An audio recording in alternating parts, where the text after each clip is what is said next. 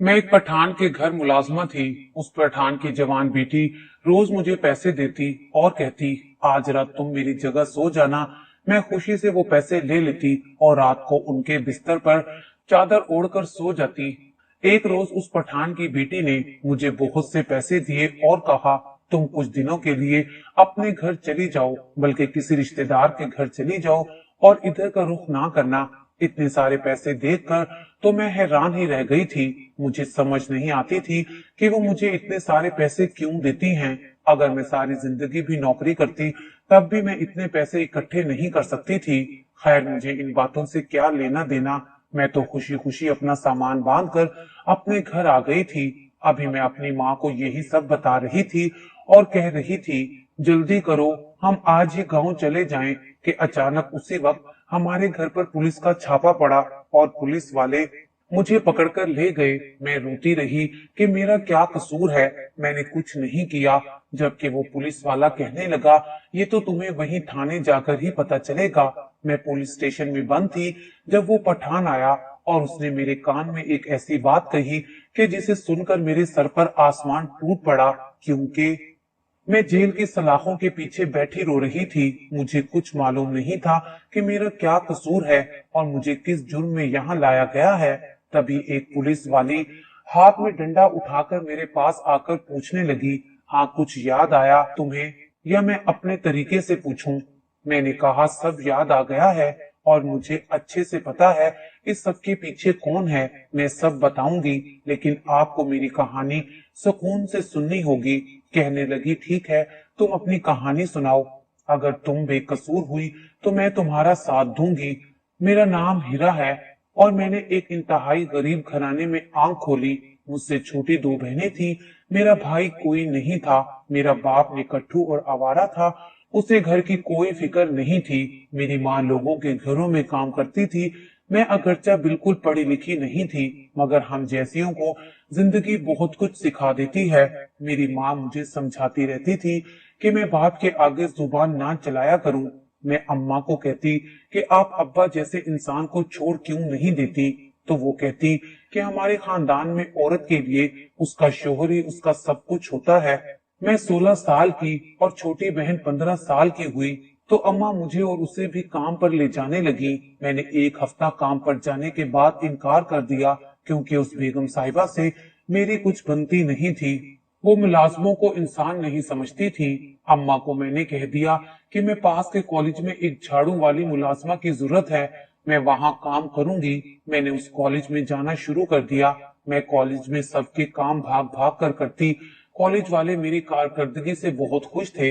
मेरी तनख्वाह भी पूरे 1000 रुपए बढ़ा दी थी। कॉलेज में एक लड़की को मैं बड़े गौर से देखती थी। वो घर से बुर्का पहनकर आती थी, मगर यहाँ उतार देती और पैंट शर्ट में मलबूस एक फैशन वाली लड़की बन जाती। उसका नाम पलवशा था और वो एक पठान थी। वो बहुत खूबसूरत सी थी। कॉलेज के लड़के उसके आगे पीछे फिरते थे, मगर वो एक काले रंग के आम से लड़के के साथ घूमती फिरती थी। सब कहते थे कि ये उसे पसंद करती है। मैं उसे पलवशा बाजी कहती थी, क्योंकि वो अक्सर मुझे खाने पीने की चीजें देती रहती थी। उसका रवैया मुझ समेत तमाम मुलाजमों के साथ बहुत अच्छा था। एक दिन मैं घर आई तो घर में अजीब तमाशा लगा हुआ था। पता चला कि अब्बा ने अपने किसी दोस्त से मेरा रिश्ता तय कर दिया था। अम्मा को ये रिश्ता मंजूर नहीं था, क्योंकि उसके 2 बच्चे थे और अब्बा को ये लालच था कि वो बदले में पूरे 1 लाख रुपए देगा। मैंने अब्बा को मना किया तो अब्बा ने मेरे मुंह पर थप्पड़ मार दिया और कहा, आज तक मैं तेरी हर बात सुनता आया हूँ, मगर अब नहीं, अब वो ही होगा जो मैं चाहूंगा। मैं अगले दिन कॉलेज में सफाई करने के बाद एक तरफ बैठकर अपनी किस्मत को रो रही थी। पलवशा बाजी मेरे पास आई। मुझसे पूछा कि क्यों रो रही हो। मैंने अपनी सारी कहानी सुनाई और कहा, अब्बा को 1 लाख रुपए का लालच आ गया है। कहता है अगर तू 1 लाख रुपए दे तो मैं तेरी शादी वहां पर नहीं करूंगा, फिर जिससे तू चाहे शादी कर लेना। बाजी, मेरे पास इतने पैसे कहाँ हैं कि अब्बा को दे दूं? ना ही कोई मुझे पसंद करता है जो मुझसे शादी के लिए इतनी बड़ी रकम दे दे। पलवशा कहने लगी, अगर मैं तुम्हारी मदद करूं, 1 लाख रुपए तुम्हें दे दूं, तो मेरा मुंह खुले का खुला रह गया। पलवशा बाजी कहने लगी, मैं तुम्हें इस मुसीबत से निकालने के लिए 1 लाख रुपए दूंगी, मगर तुम्हें मेरा एक काम करना होगा। मैंने पूछा, कैसा काम? उसने कहा कि तुम ये कॉलेज की नौकरी छोड़कर मेरे घर पर मुलाजमत कर लो। मुझे एक वफादार मुलाजमा की जरूरत है। मैंने सोचा, ये तो बड़ी अच्छी ऑफर है। वो मुझे 1 लाख रुपए के बदले नौकरी भी दे रही है। मैंने कहा, ठीक है बाजी, मैं तैयार हूँ। मेरे जहन में कुछ शक सा तो आया था कि बाजी इस मामूली काम के बदले 1 लाख रुपए क्यों दे रही है, मगर जब पैसे हाथ में आ जाए तो फिर कुछ याद नहीं रहता। मैंने 1 लाख रुपए अब्बा को दिए और कहा कि ये मुझे पूरे 1 साल की एडवांस तनख्वाह मिली है। अब्बा को पैसे मिल गए थे, उसे अब मेरी कोई परवाह नहीं थी। मैंने अम्मा को उस पठान लड़की के बारे में बता दिया था। अम्मा भी खुश थी कि मेरी आमदनी में इजाफा हो गया है। खैर, मैं अपना सामान लेकर उस पठान लड़की के घर चली गई। दरवाजा पलवशा बाजी ने खोला था। मुझे लेकर वो अंदर आई और कहा कि जब तक मैं ना कहूँ तुम कुछ मत बोलना। मैं हैरान होकर एक तरफ बैठ गई। कुछ देर बाद मैंने देखा कि एक कमरे में से एक बड़ी उम्र का पठान निकलता दिखाई दिया। उसके हाथ में एक छड़ी थी। उसने आवाज दी कि पलवशा कहाँ हो? बाजी ने जल्दी से एक और मुलाजिम को इशारा किया और वो तेजी से भागते हुए उस पठान के पास पहुंच गया। उस पठान ने चौंक कर इधर उधर देखा और कहा, पलवशा घर में कोई और भी है? वो कहने लगी, एक नई मुलाजमा घर आई है। फिर वो लड़का उस पठान को हाथ से पकड़कर बाहर लेकर जाने लगा। पलवशा बाजी ने मुझे कहा, हीरा साहब जी को सलाम करो। मैंने साहब जी को सलाम किया। मुझे हैरत हो रही थी कि उस पठान को वो लड़का घर से बाहर जाते नजर क्यों नहीं आया। फिर नजरें उसके चेहरे पर पड़ी तो मुझे सारी कहानी समझ में आ गई। वो पठान अंधा था, देख नहीं सकता था। मैंने घर की सफाई की और खाना पकाया। पलवशा बाजी ने सुबह कॉलेज जाते हुए बुर्का पहन लिया। अभी वो जाने ही लगी थी कि पठान की आवाज आई, पलवशा तुमने बुर्का पहना हुआ है ना? फिर उसने हाथ से टटोल कर तस्दीक की, क्या वाकई उसकी बेटी ने बुर्का पहना हुआ है या नहीं। फिर जब तसल्ली हो गई तो उसने अपनी बेटी को घर से बाहर जाने की इजाजत दी। अब मुझे समझ आ रहा था कि पलवशा बाजी क्यों बुर्का पहनती थी। उनके वालिद पठान थे और बहुत सख्त थे। खैर, मुझे इस घर का माहौल बहुत ही अजीब लगा। मैंने देखा कि वो साहब पलवशा बाजी से बहाने बहाने से बात करने की कोशिश करते थे, मगर वो साहब की कोई बात का ढंग से कोई जवाब नहीं देती थी। मुझे बहुत दुख हुआ कि वो अपने बाप को धोखा दे रही है, उसके अंधे होने का नाजायज फायदा उठा रही है। मुझे वही काम करते अभी तीसरा दिन था कि रात को पलवशा बाजी मेरे क्वार्टर में आई और कहा, मैं घर से बाहर जा रही हूँ, तुम मेरे बिस्तर पर लेट जाओ ताकि किसी को शक ना हो। मैं समझ गई कि बाजी का ताल्लुक जिस लड़के से चल रहा है वो उसे मिलने जा रही हैं। बाजी ने कहा, मैं तुम्हें पैसे दूंगी, और फिर उन्होंने ढेर सारे पैसे मेरे हाथ पर रखकर मुझे अपने कमरे में भेज दिया। मुझे डर भी लग रहा था, अगर साहब को पता चला तो वैसे तो वो अंधे थे, उन्हें कुछ नजर नहीं आता था, मगर फिर भी अगर वो कमरा चेक करने आ गए तो क्या होगा। खैर, मैं पलवशा बाजी के बिस्तर पर लेट गई और अपने ऊपर कंबल ले लिया। मुझे लग रहा था कि अब परेशानी के मारे मुझे नींद नहीं आएगी, मगर बहुत जल्द मुझे नींद आ गई। होश आया तो देखा बाजी वापस आ गई थी और मुझे उठा रही थी। मैं शर्मिंदा होते हुए उठ गई। शायद पहली बार इतने नरम और मुलायम गद्दे पर सोई थी, इसलिए मजे की नींद आई थी। मुझे उठाकर किचन में भेज दिया। साहब का कमरा नीचे था और बाजी का ऊपर, मगर सुबह का नाश्ता वो दोनों इकट्ठे करते थे। अगली रात को फिर बाजी ने मुझे पैसे दिए और कहा, मेरे बिस्तर पर लेट जाओ, मैं घर से बाहर जा रही हूँ। आज रात भी मुझे बहुत गहरी नींद आई। फिर रोजाना यही होने लगा कि बाजी मुझे पैसे देकर अपने बिस्तर पर सुला देती। मुझे अब शक होने लगा था कि जरूर दाल में कुछ काला है। अगर बाजी को किसी को मिलने जाना होता भी था तो मुझे अपने बिस्तर पर सुलाने की क्या जरूरत थी। और सबसे बड़ी बात कि मुझे भी उसके बिस्तर पर लेटते ही फौरन बेहोशी वाली नींद क्यों आ जाती थी। मुझे लग रहा था कि बात कोई और है, जरूर बाजी मुझसे कुछ छुपा रही थी। मुझे उसका अपनी मदद के लिए दिया 1 लाख रुपया याद आया। बाजी ने आज तक वो पैसे मांगे नहीं थे, बल्कि वो और पैसे देती रहती थी। मैंने सोचा कि मुझे पता चलाना चाहिए कि बाजी मुझे अपने बिस्तर पर सुलाकर खुद कहाँ जाती हैं। इसीलिए अगले रोज मैंने कमरे में जाते ही बेड पर 2 तकिए रख दिए और ऊपर कंबल डाल दिया। अब कोई दूर से देखता तो उसे यही लगता कि कोई सोया हुआ है। ये काम करने के बाद मैं छुप गई और देखने लगी कि क्या होता है। आधा घंटा भी ना गुजरा था कि मुझे कमरे के बाहर सरगोशियों की आवाज सुनाई दी। फिर ये देखकर मैं हक्का बक्का रह गई कि कमरे में 3 नौजवान लड़के दाखिल हुए हैं। उनको मैंने पहचान लिया। वो तीनों पलवशा बाजी के कॉलेज के दोस्त थे। उनके पीछे ही बाजी भी कमरे में आ गई। कहने लगी, ये नहीं उठने वाली। मैं रोज जो बिस्तर पर परफ्यूम छिड़कती हूँ, इससे ये बेहोशी की नींद सोती है। बड़े खान साहब को तो वैसे ही कम दिखाई देता है। उन्हें लगता होगा कि पलवशा सो रही है। अब चलो अपना काम करें, बस कुछ ही तो घंटे होते हैं हमारे पास। वो सब उसके हाँ में हाँ मिलाते हुए कमरे से बाहर निकल गए। मैं हैरानी से सोचने लगी कि ये सब किस काम की बात कर रहे हैं और यहाँ क्या करते फिर रहे हैं। मैं चोरी चोरी उनके पीछे चल दी। वो सब बाहर लॉन में चले गए थे। तीनों लड़के लॉन की खुदाई कर रहे थे। मैं डर गई कि ये क्या कर रहे हैं, बाजी क्या करना चाह रही हैं। मुझे एकदम साहब जी का ख्याल आया कि बाजी कहीं उनके साथ तो कुछ गलत नहीं कर रही। मगर फिर सोचा कि एक बेटी होने के नाते वो ऐसा कैसे कर सकती हैं। शायद बात कुछ और थी। सुबह के होने से पहले तक उन्होंने काफी खुदाई कर ली, मगर शायद जिस मकसद के लिए जमीन खोदी गई थी वो पूरा नहीं हुआ था। बाजी ने कहा, हिम्मत नहीं हारनी, कल बाकी का जो हिस्सा रह गया है वहां से शुरुआत करेंगे। वो तीनों लड़के चले गए। मैं भागकर कमरे में आ गई और बिस्तर पर लेट गई। बाजी को शक ना हुआ। अगले 2-3 दिन ये ड्रामा चलता रहा। मैं रोज छुपकर देखती कि वो लॉन की खुदाई करके जाने क्या ढूंढते रहते हैं। 3 दिन पहले की बात है। उस रात मैं लाउंज की खिड़की के करीब से छुपकर बाहर देख रही थी। अचानक एक लड़के की आवाज आई, पलवशा लगता है खजाना मिल गया। खजाने का नाम सुनकर मैं चौंक गई। उस लड़के की आवाज सुनकर बाकी सब भागकर उसके पास चले गए। उन लोगों के हाथ वाकई एक लोहे का बक्सा लगा था जिसके अंदर काफी सोना पड़ा हुआ था। मैंने तो इतना सोना अपनी जिंदगी में पहली बार देखा था। वो सब खुशी से पागल हो रहे थे। बाजी ने उन सब के साथ मिलकर वो 10-15 किलो सोना एक थैले में डाला और अंदर की तरफ आने लगी। मैं भागकर कमरे में जाकर लेट गई और अपने ऊपर कंबल ले लिया। वो तीनों कमरे में आए। बाजी ने वो सारा सोना अपनी अलमारी में रखा और वो तीनों फिर से बातें करते हुए बाहर चले गए।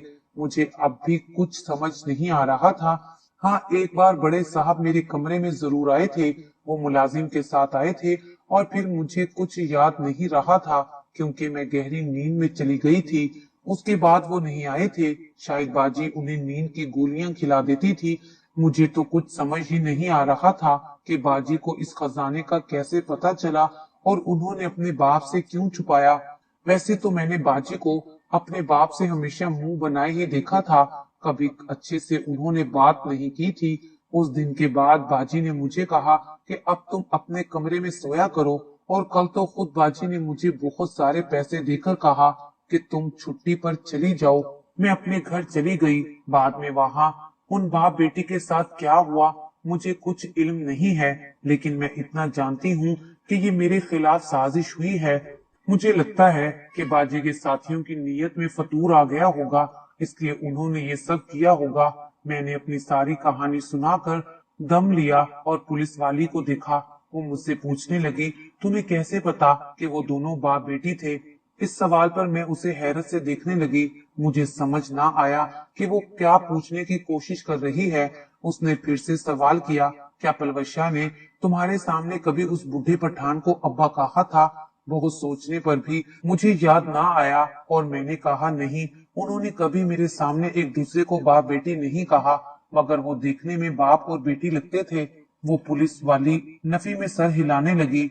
तुम एक बेवकूफ लड़की हो, अपने तौर पर भी अंदाजे लगाती रहती हो।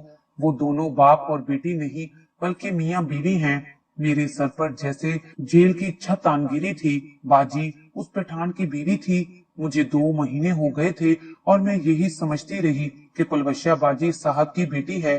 फिर वो पुलिस वाली कहने लगी, मिसेस पलवशा ने तुम्हारे खिलाफ FIR कटवाई है और शक का इजहार किया है कि मुखबरी तुमने की होगी डाकुओं को, जिन्होंने रात को आकर घर से सारा सोना और कीमती सामान लूटा और पलवशा के शोहर को भी बहुत मारा है। और अब तुम बिल्कुल अलग कहानी सुना रही हो। मैंने कहा, अगर तो वाकई मियां बीवी हैं तो साफ बात है कि बाजी ने अपने साथियों के साथ मिलकर साजिश की है। बाजी के किन लड़कों से चक्कर हैं ये पूरा कॉलेज जानता है। आप किसी से भी मालूम कर सकती हैं, मैं उन लड़कों को पहचान लूंगी। वो कहने लगी, वो तो हम देख ही लेंगे। उसके बाद वो पुलिस वाली चली गई। मैं ये सोचने लगी कि गलती मेरी है शायद, जो उनको बाप बेटी समझ दिया। लेकिन मैंने कई बार बाजी के सामने साहब को उनका बाप बोला था, तो फिर उन्होंने मुझे सच क्यों नहीं बताया था। पता नहीं पलवशा बाजी क्या चाहती थी, लेकिन उसको मुझे यूं फंसाना नहीं चाहिए था। मुझ पर सारा इल्जाम लगा दिया और मैं इतने दिनों से भरम रखे हुए थी। मेरा कितनी बार दिल चाहा कि साहब जी को बाजी की हकीकत बता दूं, मगर हर बार मैं चुप कर जाती। मगर अब अफसोस हो रहा था कि काश मैं बता देती तो सूरत हाल आज मुख्तलिफ होती। मेरे बयान से सारी कहानी ही बदल गई थी। पुलिस ने तफ्तीश शुरू की तो उन सबको पता चल गया कि मैं सच बोल रही थी। उन्होंने अगले दिन ही सारे सबूत इकट्ठे कर लिए और पलवशा बाजी को गिरफ्तार करके मेरी वाली जेल में ही कैद कर दिया। उनका चेहरा गुस्से से लाल था, जैसे वो अभी भी मुझे मार डालेंगी। फिर वो खुद ही रोने बैठ गई। कुछ देर बाद मैंने कहा, बाजी, जो दूसरों के लिए गड़ा खोदता है वो खुद ही उसमें जा गिरता है। आपने मुझे फंसाया तो मैंने भी सारे राज पुलिस को बता दिए। ना आप मुझे फंसाती और ना आज यहाँ होती। आखिर आपने मेरे साथ ऐसा क्यों किया? मैंने कहा, क्या बिगाड़ा था मैंने आपका? वो गर्दन नीचे करके रोने लगी, कहने लगी, मेरी और तुम्हारी कहानी में ज्यादा फर्क नहीं है। जिस तरह तुम्हारा बाप तुम्हारी शादी पैसों की लालच में करवाना चाहता था, इसी तरह मेरे बाप ने भी यही किया। एक नाबीना और बड़ी उम्र के मर्द को मुझ जैसी हसीन और जवान लड़की को सौंप देना कहाँ का इंसाफ था। मेरे भी कुछ अरमान थे और ख्वाब थे, मगर मेरी मदद किसी ने नहीं की थी। मैं ब्याह कर यहाँ आ गई। मेरा शोहर नाबीना तो नहीं था, मगर उसकी बिनाई बिल्कुल खत्म थी। उसे बहुत कम दिखाई देता था। उसके पास जो वाहिद खूबी थी वो उसकी दौलत थी। मैंने इस बात का पूरा फायदा उठाया और उससे 2 साल का वक्त मांगा और अपनी तालीम पूरी करने की इजाजत मांगी। उसने मेरी बात मान ली, मगर शर्त रखी कि मैं अपने रस्मों रिवाज के मुताबिक बुर्का पहनकर बाहर जाऊंगी। मैं उसकी तसल्ली के लिए घर से बुर्का पहनकर चली जाती और कॉलेज में जाकर अपनी मर्जी की जिंदगी जीने लगती। मैं वहां एक लड़के को पसंद करने लगी थी। वो जवान था, मेरी ही उम्र का था और मेरी तारीफ ऐसे लफ्जों में करता था जैसे लफ्ज मैं अपने शोहर के मुंह से सुनने की ख्वाहिश रखती थी। जिंदगी तो वो थी जो मैं बाहर आजादी से जीती थी। मेरा दिल अपने शोहर के घर में नहीं लगता था। मेरे 2 साल की मांगी हुई मुद्दत खत्म होने वाली थी। एक दिन मैंने उसे फोन पर बात करते सुना। वो किसी को बता रहा था कि इस घर के लोन में उसने अपनी पहली बीवी का सारा सोना दबाकर रखा है। भला ऐसी बातें कौन किसी को बताता है? मैं अपने दोस्तों के साथ उसका सब कुछ लूट कर भाग जाना चाहती थी। मेरे दोस्तों ने ही डाका डालने का नाटक किया और मैंने सब उनके हाथ भिजवा दिया कि कोई भी मुझ पर शक ना कर सके। तुम्हें इसलिए नौकरी पर रखा ताकि वक्त पड़ने पर सारा इल्जाम तुम्हारे सर पर डाला जा सके, मगर मैं नहीं जानती थी कि तुम मेरी सारी सरगोशियों से वाकिफ हो चुकी हो। मैंने कहा, आपने अपने शोहर को धोखा दिया है। अगर वो पठान पसंद नहीं था तो उससे तलाक ले लेती, मगर आपको उसे यूं इस्तेमाल करने का हक नहीं था। आपने बहुत गलत किया। उस शख्स के निकाह में होते हुए दूसरे से ताल्लुक बढ़ाना, फिर उसको लूटने का प्लान बनाना और लूट भी लिया, और फिर एक और बेकसूर इंसान यानी मुझे फंसा देना। लेकिन सच छुपता नहीं है, सामने आ ही जाता है। कुछ दिनों बाद मुझे छोड़ दिया गया और पलवशा बाजी को अदालत में पेश कर दिया गया। उस पर लूट मार, शोहर को धोखा देने के साथ कत्ल का इल्जाम भी लगा दिया गया, क्योंकि वो बुढ़ा पठान सर में चोट लगने की वजह से मर चुका था। पलवशा बाजी के दोस्तों को भी पकड़ लिया गया और उन चारों को जिंदगी भर जेल में रहना था। लालच ने पलवशा बाजी को कहीं का नहीं छोड़ा था। मैं बेकसूर थी, मुझे छोड़ दिया गया था। अब मैं एक और जगह मुलाजमा का काम करती हूँ और अपनी जिंदगी सुकून से गुजार रही हूँ।